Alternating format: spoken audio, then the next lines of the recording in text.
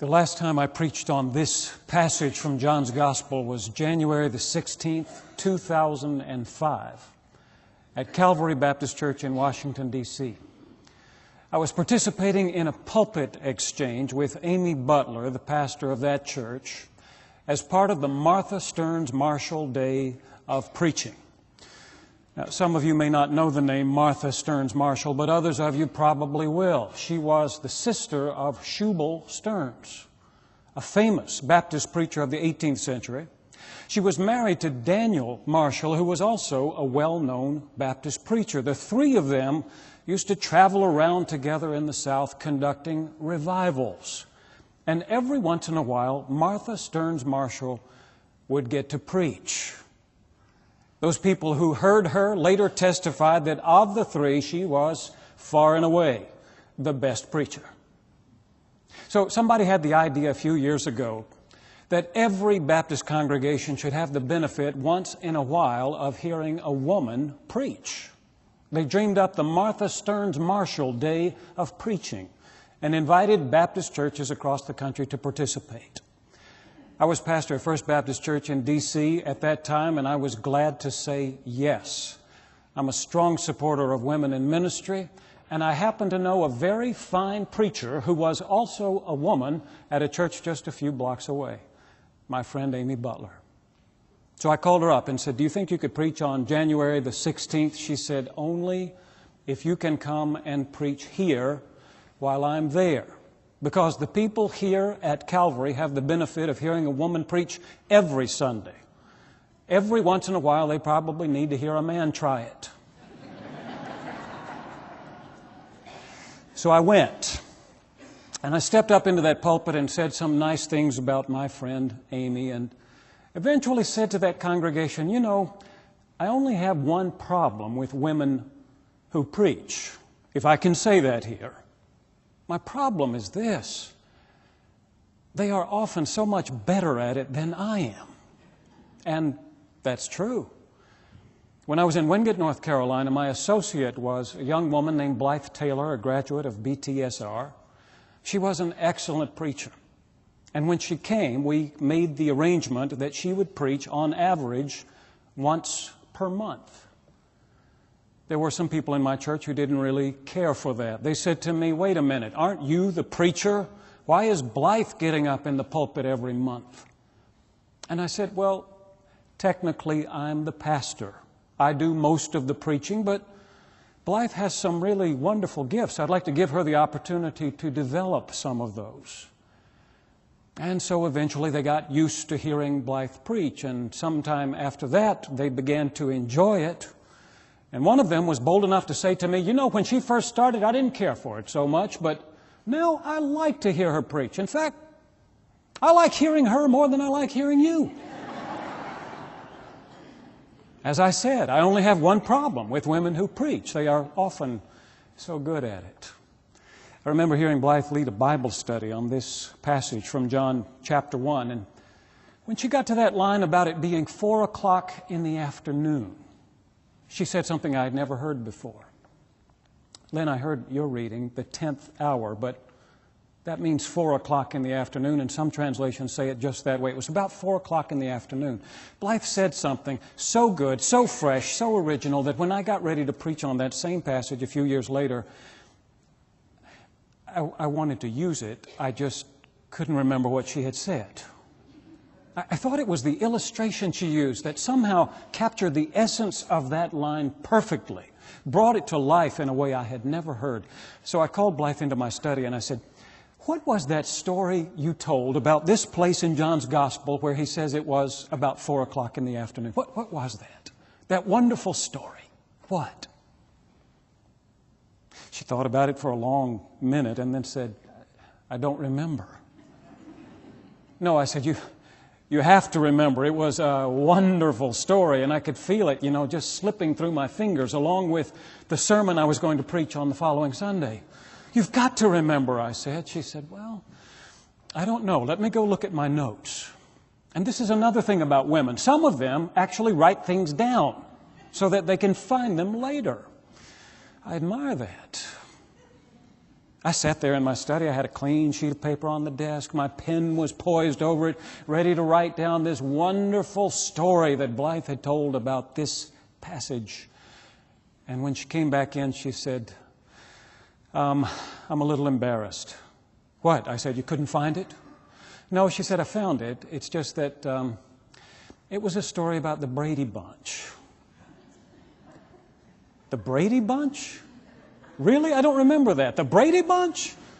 Yeah, she said, it was that time that Marcia, who was the president of the Davy Jones fan club, got to meet Davy Jones. Do you remember? No.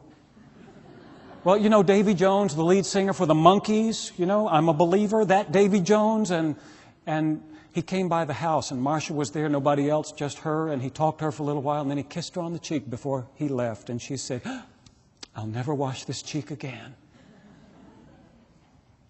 That was it? I said, that was the story? Yeah, she said, sorry, that was it. And that's when I realized it couldn't have been that story that I remembered. Not that. It must have been the idea. And the idea I could remember clearly.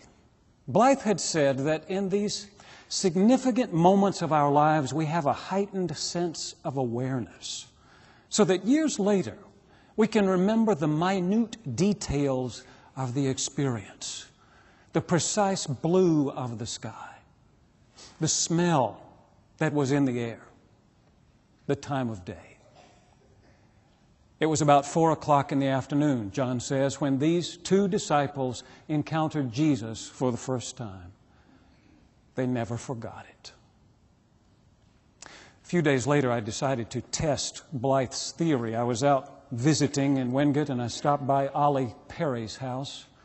Ollie was an elderly widow in our church. She had lost her husband, Jack, several years before I came. I was sitting in her living room, and I said, Ollie, do you remember when Jack asked you to marry him? And she said, oh, yes. Remember it like it was yesterday.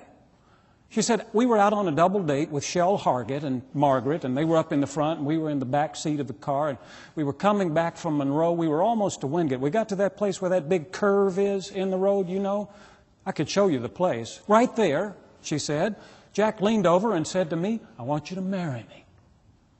And I said, well, I'll have to think about it. I didn't say yes right away, but eventually I did say yes.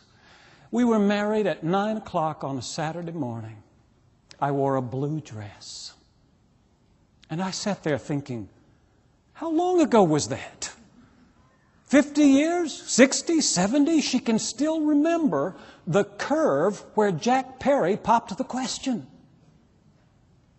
And that's not all she told me. She said, when I came to Wingate, I was in the 6th grade.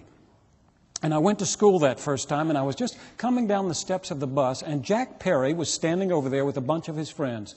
And he looked at me and said to them, that's the girl I'm going to marry. I don't know if she was wearing a blue dress or not, but something about the way she came down the steps of the bus helped him understand she was the one. It reminds me of something John the Baptist says here in the Gospel.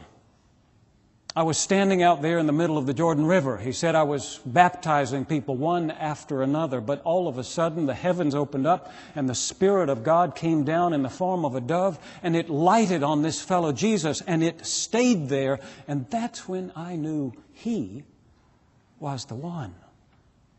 The Lamb of God who takes away the sin of the world. It was an epiphany, if you will. The veil was lifted, the mask removed. John was able to see Jesus for who he really was. That reminds me of something that happened when I was in Washington at First Baptist Church. We had a problem, really, with homeless people sleeping in front of the church. There was these 3 covered entrances coming into the church, and people would sleep there at night. That nice, sheltered place, they would unroll their sleeping bags and stay there, and it got to be kind of a public nuisance. People kept asking me to do something about it, and I wasn't sure quite what to do. I could go out there and shoo people off, but they seemed to keep coming back. Finally, I made up my mind to just sleep out there with them one night and see what was really going on. I didn't want to do it by myself. I invited Dave Tregorth to come with me. He was always up for anything, so he came, and we went out there. I got there first, and I was unrolling my sleeping bag and inflating my backpacker's mattress and getting ready to spend a very comfortable night outside. This fella came around the corner, dressed in this big puffy down jacket. I said hello to him, and he said hello back. I said, "My name's Jim." He said, "I'm Harry." "Where are you from, Harry?" "I'm from Sumter, South Carolina." And he sounded like it. We got to talking for a little while, and then he went on around the corner. I spread out my sleeping bag, and Dave came a little while later and spread his out. It was getting dark, and we were ready to go to bed when all of a sudden somebody came back around the corner of the church and said, "Are you the pastor?" And I said, "Yes." And she went around the corner and brought everybody else with her until there were about 15 or 16 of us out there, these homeless folks, Dave Tregorth and me. And she said, "You're the pastor. We've got to say a prayer." And so we all sat in a circle on the ground and we joined hands. She said, "Okay, pray."